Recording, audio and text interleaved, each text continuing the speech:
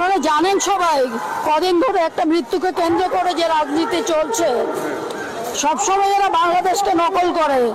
কখনো হকতালেরা, কখনো পদত্যাগ চাই, এক দফা দাবি। তো নিজেরা বুদ্ধি করে কিছু করুক। এর আগে অনেক ঘটনা আমরা দেখেছি, অনেক প্রাক্তন মুখ্যমন্ত্রী বলতেন, এমন তো কতই হয়, যে দলের মুখ্যমন্ত্রীরা এসব বলতেন তারা আজকে পথে মোমবাতি নিয়ে নেমেছে সুবিচারের আশায়।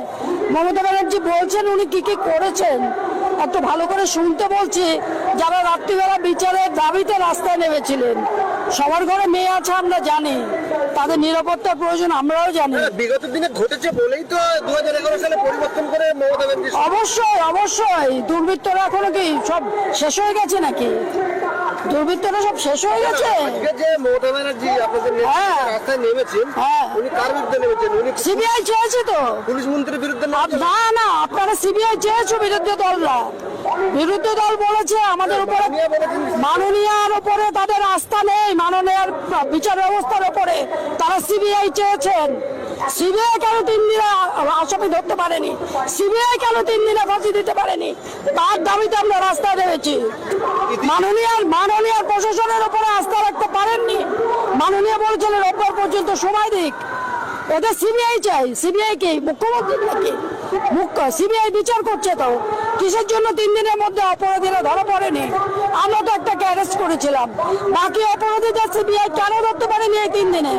রোববারের মধ্যে ফাঁসি চাই। ছাত্রছাত্রীদের দাবি ছিল দাঁড়ান, মমতা ব্যানার্জির তদন্তের প্রতিদিন কি কি হয় তাদের জানাতে হবে। সিবিআই তাদের জানাচ্ছে তো প্রতিদিন তদন্তের অগ্রগতি কি।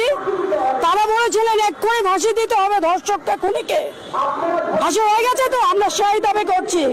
এখন যখন সিবিআই এর হাতে গেছে, আমরা চাই ফাস্ট ট্র্যাক কোর্টে ফাঁসি হোক, আমরাও চাইছি। ইতিমধ্যে তো আমরা দেখলাম কামধুনিতে 11 বছর হয়ে গেছে বিচার, ভারতের একটা বিচার ব্যবস্থা আছে। দাঁড়ান, কোন প্রশাসন ফাঁসি দেয় না, কোন প্রশাসন ফাঁসির অর্ডার দেয় না। ফাঁসির অর্ডার দেয় আদালত, যাবজ্জীবনের অর্ডার দেয় আদালত, ফাঁসির আদালত রদ করে রাষ্ট্রপতি। এগুলি জানা দরকার যারা এগুলি বলে। না, কামধুনি যে নির্যাতিতের ভাই, তিনি অভিযোগ করছেন যে করতে পারেন, তারা তো সিবিআই, সুপ্রিম কোর্ট, হাইকোর্ট সব করেছেন। তাহলে তাদের সিবিআই তো এখন এসছে তো, লোপাটের তো কোনো ব্যাপার নেই। ধরুক বিনীত গোয়াল তথ্য লোপাট করেছেন, তার প্রমাণও দিতে হবে। যারা বলছেন একথা তাদের প্রমাণ দিতে হবে। বিনীত গোয়াল সমস্ত তথ্য লোপাট করেছে, মাননীয় বললেই তো হবে না। মাননীয় মুখ্যমন্ত্রী কোন তথ্য কি লোপাট করেছেন বিনীত গোয়াল প্রমাণ করতে হবে। অভিযোগ করছেন ওরা, মিথ্যা অভিযোগ, এটা ষড়যন্ত্র। আপনারাও বুঝতে পারছেন, আমরাও পাচ্ছি। লাস্টে কি দাবি? এক দফা দাবি মুখ্যমন্ত্রী, সব বাংলাদেশকে নকল করতে হবে। মুখ্যমন্ত্রীর এক দফা দাবি যারা করছেন তাদের বলেন স্বাস্থ্য সাথীতে আগে রিফিউজ করুক, আগে বলুন কন্যাশ্রীটা রিফিউজ করুক, আগে বলুন ট্রাকগুলোকে অনুদানের টাকা রিফিউজ করতে, তারপরে যেন ওরা মুখ্যমন্ত্রীকে এই টাকাগুলো কি তৃণমূলের নয় তো। মুখ্যমন্ত্রী কি তৃণমূলের নাকি? সরকারের মুখ্যমন্ত্রী, জনগণের মুখ্যমন্ত্রী, জনগণের মুখ্যমন্ত্রী। অবশ্যই। কোন মুখ্যমন্ত্রী কবে করেছেন জনগণের জন্য এত কাজ? কোন মুখ্যমন্ত্রী বিনা পয়সা হসপিটালে গেলে বিনা পয়সা চিকিৎসা করেন? কোন মুখ্যমন্ত্রী করেছেন ভারতবর্ষে? আজকে জানতে চাই, যারা পথে নেমেছেন তাদের কাছে জানতে চাই, ভারতবর্ষের কোন মুখ্যমন্ত্রী মেয়েদের জন্য এত কাজ করেছেন যা মমতা ব্যানার্জি করেছেন? একজন মুখ্যমন্ত্রীর নাম বলুন। কন্যাশ্রী দিয়েছেন, রূপশ্রী দিয়েছেন, অবশ্যই। কে দিয়েছে?